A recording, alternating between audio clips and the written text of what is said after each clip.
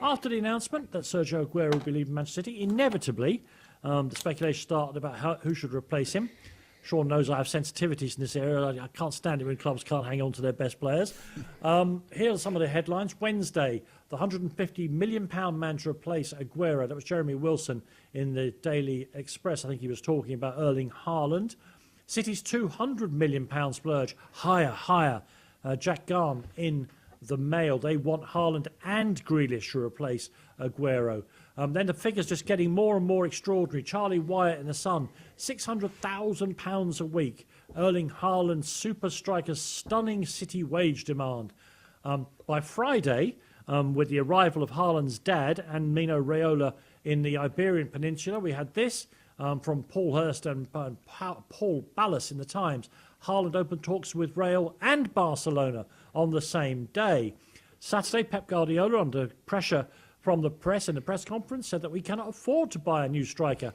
Notice he didn't say Haaland or Kane or Lewandowski or Dave Bloggs from Dagenham and Redbridge, said we can't afford any striker. That was reported in the Manchester Evening News by Stuart Brennan. And then Graham Souness, in his column in the Sunday Times, Haaland's talent was a par with Messi's. He's worth every penny of the potential £300 million price tag. There were pieces in today's paper, I will notice one, saying that he gets a lot of goals from very close to the goal, Haaland, so he might be exactly the sort of striker that City need. But I don't really understand, Sean, how the transfer market is going to run. Yes, Manchester City, Real Madrid, Barcelona may want Erling Haaland. City may have to pay a lot of money to replace Sergio Aguero. Where's all this money going to come from? They haven't earned a bean for a year and a half, most clubs. I agree with you on that. I mean, first of all, when Pep says they can't afford him, they actually can afford them. With the backing they have financially. It's whether it fits into... We don't know what the financial fair play regulations are anymore. We can't work them out. People say they've been relaxed lately because of the pandemic. So what is it you have to do now? What are the parameters?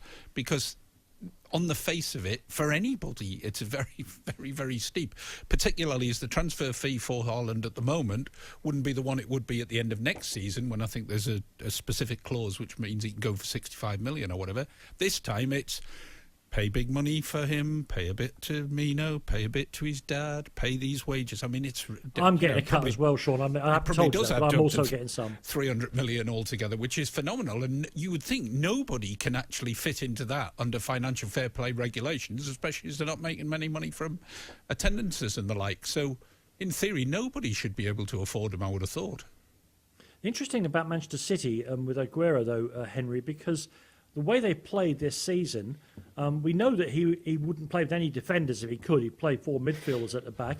But they also, with all respect to Jesus, they don't really have an out-and-out striker that they play super regularly, and yet they are smashing goals past teams. Well, the amount of times I've seen City play this season with their false nines, and you just think, I take your point, that they create space in the middle, it confuses the centre halves, and then you have a Gundogan, De Bruyne, or whoever. Well, De Bruyne can pick out anyone, but Gundogan has been making these runs into the space where a centre forward, a number 9 would be. But you just think a coach of the quality and the intelligence and the vision of Pep Guardiola would absolutely be able to fit a striker, a centre forward of Haaland's quality in, and Haaland has that ability to develop. He would be an absolute smash hit at Manchester City if he went there. He would just be absolutely outstanding. So I can see him, if they can juggle the figures, I could see he'd be absolutely perfect for them. And wow, they'd be even more unstoppable. What do you understand the regulations to be, Henry? Do you know about financial fair play? No, it confuses me because it keeps changing. Yeah. And I think I take your point from earlier. The pandemic has allowed them to... I think they will be able to pour more money in because they'll be able to point out, listen, Premier League clubs have whatever it is, lost £1 billion in this during the pandemic. Wealthy owners will be allowed to put some money in. I think if Manchester City want him, I think they could get a deal together, and I think it'd be absolutely sensational over here. I'm really excited to the prospect of him coming over here. I mean, it'd be sad to see Sergio Aguero go because he was what a fantastic role model. You never saw him in headlines for the wrong reasons. You saw how he responded when Guardiola came in and said, listen, I need you to link more. I thought he's been just a fantastic role model for football as well as for Manchester City. But I think Haaland, if he comes in, I mean, what a team they will be.